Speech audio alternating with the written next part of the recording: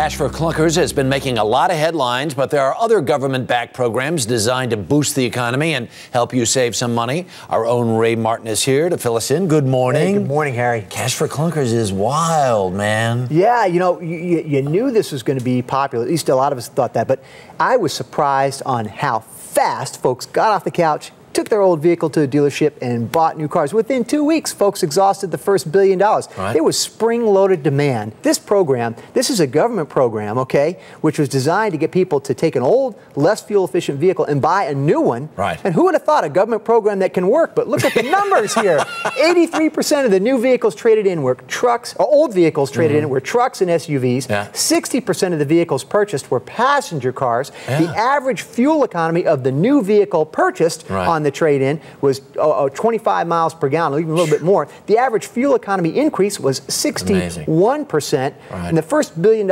is expected to fund sales of over 200,000 vehicles. They're already talking about millions of barrels of petroleum saved by switching out just the cars that have been dealt with so far. And folks buying smaller, more fuel-efficient vehicles with the new vehicle on the road. Hopefully, you know, you're going to see the look on the highway is going to change. All right. There are other programs out there that get much less focus, and one of the ones we want to talk about this morning is this federal tax credit for energy efficiency. We see some ads for some of the window makers with big rebates.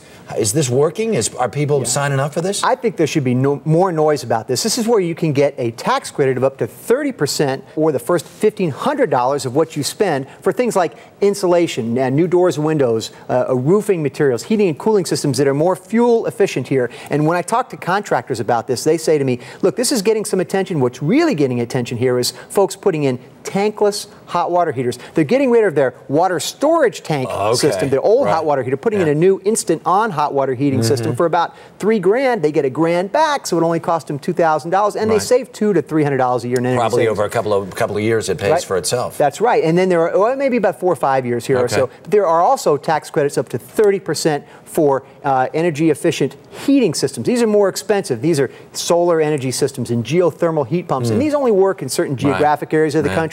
I think there could be some more attention here, of course, but it can add up. A tax credit for first-time home buyers. We're finally starting to see a bump up in the numbers of home sales. Are people taking advantage of this? They certainly are. Matter of fact, this is actually creating a whole new real estate market for first-time home buyers in the more moderately priced homes. The tax credit was $7,500 last year, and you had to repay it over a few years. Now the tax credit this year is up to $8,000 if you buy a first-time home buyer, so you haven't owned a home in the last 3 years. And there's some income limits here. So you have to be 75,000 single and 150,000 married. But this is causing people to get off the sidelines, buy homes that are more moderately priced, like 250,000 or less. The supply of homes is coming down. Prices, the falling prices of homes is slowing down, folks, here. Okay, so if you want to buy a home before December 31st, you have to close before then. You want to do it, the stars are aligned. You have low interest rates, low home prices, and you got this $8,000 tax credit. Get out and buy that home if it makes sense to do it for you versus renting. There you go. As always, good advice. Ray Martin, thank you so much.